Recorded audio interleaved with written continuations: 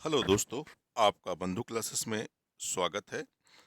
हम लोग आज उत्तर प्रदेश दैनिक समसामयिकी से बनने वाले अति महत्वपूर्ण करंट अफेयर्स के प्रश्नों को देखेंगे, जो संपूर्ण 28 अप्रैल से रिलेटेड होंगे। यानी 28 अप्रैल को जो भी महत्वपूर्ण करंट अफेयर्स के प्रश्न बनते हैं, उनमें से कुछ महत्वपूर्ण प्रश्नों को हम लोग देखेंगे।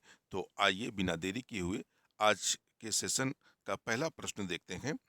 आज के सेशन का पहला प्रश्न है, हाल ही में भारत की सबसे बड़ी क्लाइमेट क्लॉक कहाँ लगाई गई है? लखनऊ, नागपुर, नई दिल्ली या भोपाल? तो हाल ही में जो क्लाइमेट क्लॉक है, या इसे कहें क्लाइमेट को जांचने के लिए जो क्लाइमेट क्लॉक लगाई गई है, और जो भारत की सबसे बड़ी क्लॉक होगी, वह कहाँ लगाई गई है? नई दिल्ली में लगाई गई है। आइए इससे रिलेटेड कुछ और फैक्ट देख लेते हैं। वैज्ञा वैज्ञानिक एवं औद्योगिक अनुसंधान परिषद यानी CSIR ने पृथ्वी दिवस समारोह के एक भाग के रूप में नई दिल्ली में CSIR मुख्यालय में भारत की सबसे बड़ी जलवायु घड़ी स्थापित और सक्रिय की है। यह आयोजन जलवायु परिवर्तन के बारे में जागरूकता फैलाने और लोगों को ऊर्जा साक्षर बनाने के CSIR के उद्देश्य को दर्शाता है। इसे 2015 में मापने वाली छड़ी प्रदान करने के लिए लॉन्च किया गया था। और पॉइंट है, जिसके माध्यम से दर्शक जलवायु परिवर्तन शमन की प्रगति को ट्रैक कर सकते हैं। या प्रदर्शित करने वाला एक ग्राफिक है कि वर्तमान उत्सर्जन रुझाने देखते हुए कितनी तेजी से 1.5 डिग्री सेल्सियस ग्लोबल वार्मिंग के करीब पहुंच रहा है। अगला पॉइंट है इसके, यह पहले से ही उत्सर्जित CO2 की मात्रा और अब तक की ग्लोबल वार्मिंग को भी दर्शाता है। यानी ये जो घड़ी है, काफ़ी हमारे लिए परिवर्तन, यानी जो जलवायु परिवर्तन है उसके लिए यूज है, क्योंकि इसके तहत आप देख सकते हैं जो उत्सर्जित CO2 की मात्रा है और अब तक ग्लोबल वार्मिंग जो बढ़ी है, उसको भी यह क्या करेगा? प्रदर्शित करेगी यह घड़ी। आइए अगले प्रश्न की तरफ हम लोग बढ़ते हैं। अगला प्रश्न है, हाल ही में भारत का सबसे हल्का बुलेट प्रूफ जैकेट किसके द्वारा विकसित किया गया है? तो JSW, ISRO, Hindustan aeronautical limited या DRDO के द्वारा? तो भारत की सबसे हल्की जो बुलेट प्रूफ जैकेट है, या DRDO के द्वारा विकसित की गई है। यानी आपका राइट आंसर हो जाएगा डी वाला, DRDO के द्वारा। आइए इससे रिलेटेड कुछ और फैक्ट देखते हैं।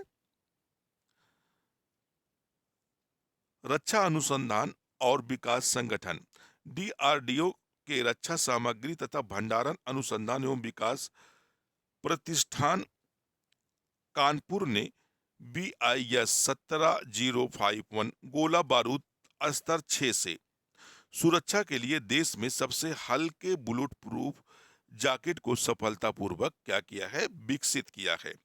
इस बुलेट प्रूफ जैकेट का terminal ballistic research laboratory Chandigarh में सफलतापूर्वक परीक्षण किया गया था।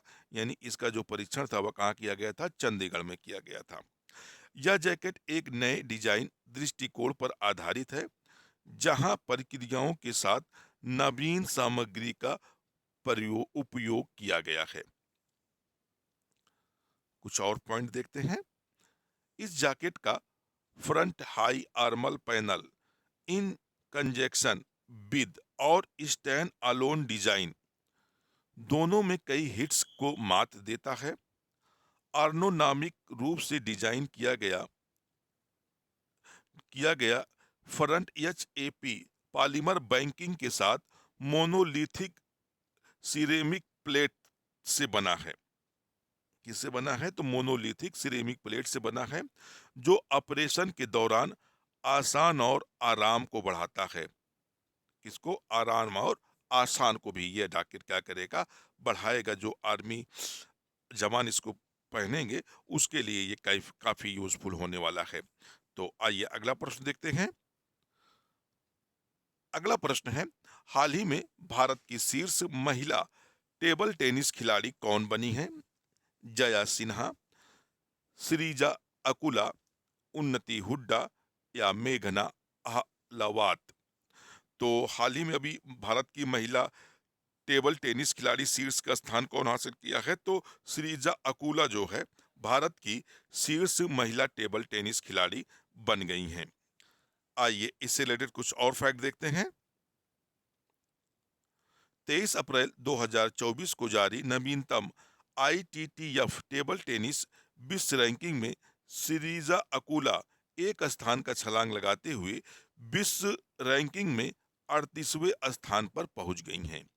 इसके साथ ही सिरीजा अकुला जो है मानिका बत्रा को पछाड़ते हुए भारत में शीर्ष रैंक वाली महिला एकल टेबल टेनिस खिलाड़ी बन गई हैं। सिरिजा ने वर्ष 2024 में अब तक का सर्वाधिक बेहतर प्रदर्शन किया है।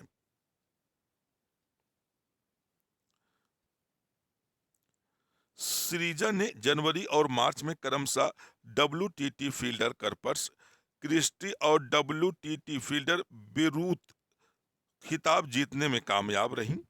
इसके अलावा गोवा में WTT स्टार कंटेंटर के क्वार्टर फाइनल तक पहुंची थी। ये 25 वर्षीय सिरिजा ने जनवरी में टेक्सास में WTT फीडर कर्पर्स क्रिस्टी 2024 के फाइनल में USA की लिली झांग को 3-0 से हराकर अपना पहला अंतरराष्ट्रीय टूर्नामेंट क्या किया था?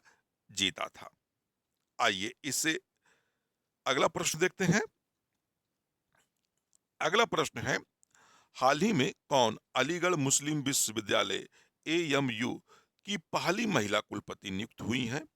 हसन अली, मरियम खातून, नईमा खातून या सौम्या सेठ? तो भी हाल ही में राष्ट्रपति द्रौपदी मुर्मू के द्वारा नईमा खातून को अलीगढ़ मुस्लिम विश्वविद्यालय की कुलपति नियुक्त किया गया है। तो कौन बनी है पहली महिला? तो नईमा खातून होंगी। आइए कुछ और फैक्ट देख लेते हैं। नईमा खातून को अलीगढ़ मुस्लिम विश्वविद्यालय यानी AMU की पहली महिला कुलपति नियुक्त किया गया है। नईमा खातून की कुलपति पद तक की यात्रा उनकी शैक्षणिक उत्कृष्टता और दृढ़ता का परिणाम है। ओडिशा में अपनी हाई स्कूल की पढ़ाई पूरी करने के बाद वह 1977 में अलीगढ़ आई, जो उस समय एक उड़िया लड़की के लिए दुर्लभ घटना थी। एक मेधावी छात्रा उन्हें MU से मनोवैज्ञानिक में PhD पूरी की और 1988 में उसी विभाग में व्याख्याता नियुक्त हो गई। वहीं आगे बढ़ी 2006 में वह प्रोफेसर बनी और बाद में 2014 में महिला कॉलेज की प्रिंसिपल के रूप में भी कार्य की और 2024 में वह AMU की क्या हो गई? कुलपति नियुक्त हो गई। आइए अगला प्रश्न देखते हैं।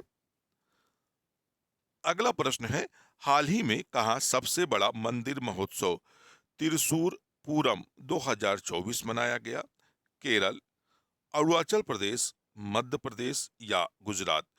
तो यह गुजरात का काफी फेमस त्योहार है और यह गुजरात राज्य में 7 दिवस के लिए मनाया जाता है। आपका राइट आंसर हो जाएगा केरल। और यह कितने दिवसीय त्योहार है या कितने दिवसीय? तो 7 दिवसीय यह त्योहार है जो कहाँ मनाया जाता है? केरल में मनाया जाता है। आइए इससे रिलेटेड कुछ फैक्ट देखते हैं। केरल राज्य में सबसे बड़ा मंदिर महोत्सव त्रिशूरपुरम 2024 का 24 मनाया गया। त्रिशूलपुरम 7 दिवसीय त्योहार है और सबसे महत्वपूर्ण दिन जो होता है यह छठा दिवस होता है। इस त्योहार का आयोजन मलयालम महीने में मनाया जाता है। त्रिशूलपुरम केरल के त्रिशूल जिले के थेक्किकट्टू मैदानम में बहुत धूमधाम और भव्यता के साथ क्या किया जाता है? मनाया जाता है। तो आइए अगले स्टेप की तरफ हम लोग बढ़ते हैं और अगला स्टेप है कल का रिवीजन। यहाँ कल के रिवीजन का सेंस यहाँ होगा कि हम लोगों ने जो 27 अप्रैल को पढ़ा था, 27 अप्रैल को पढ़ा था, उसका रिवीजन देखेंगे, क्योंकि संडे के दिन जो 28 अप्रैल था वह संडे का दिन था, और संडे के दिन हम लोग क्या देखते हैं, वीकली रिवीजन देखते हैं, यानी जो सप्ताह भर में पढ़े रहते हैं उसका रिवीजन देखते हैं। तो आइए देखते हैं रिवीजन के पहले प्रश्न को। विश्व ऊर्जा कांग्रेस 2024 का आयोजन किस देश में किया जा रहा है? तो इसका आयोजन नीदरलैंड में किया जा रहा है। आइए अगला प्रश्न देखते हैं। अगला प्रश्न है, अमिताभ चौधरी को किस बैंक के एमडी और सीईओ के रूप में फिर से नियुक्त किया गया है? तो किस बैंक में एमडी और सीईओ नियुक्त किया गया है? तो एक्सिस बैंक में इनको एमडी और सीईओ नियुक्त किया गया है। अगला प्रश्न है, हाल ही में चर्चा में रहा भारतीय ऐतिहासिक अभिलेख आयोग किस मंत्रालय के साथ कार्य करता है? तो या किस मंत्रालय के तहत कार्य करता है? तो केंद्रीय सांस्कृतिक मंत्रालय के तहत या जो आयोग है क्या करता है, कार्य करता है। अगला प्रश्न देखते हैं। अगला प्रश्न है, भारत की पहली बहुउद्देशीय ग्रीन हाइड्रोजन पायलट प्रोजेक्ट की शुरुआत किस राज्य में हुई? तो इसकी जो पहली शुरुआत की गई है वह कहाँ की गई है? हिमाचल प्रदेश में की गई है। अगला प्रश्न देखते हैं। अगला प्रश्न है, सुब्रमण्यम धनेश्वर का हाल ही में निधन हो गया, वह किस लोक नृत्य के लिए एक प्रसिद्ध गायक थे? तो या किस लोक नृत्य के लिए एक प्रसिद्ध गायक थे? तो यक्षगान के, यानी यक्षगान के जो सुब्रमण्यम धन धरेश्वर हैं या प्रसिद्ध गायक थे। तो दोस्तों, अगर आपको वीडियो अच्छा लगा हो तो वीडियो को शेयर और लाइक करिएगा। चैनल पर नए जुड़े हो तो चैनल को सब्सक्राइब कर लीजिएगा और बेल आइकन का बटन जरूर प्रेस करिएगा। फिर मिलते हैं नेक्स्ट वीडियो में, जब तक के लिए धन्यवाद। जय हिंद दोस्तों।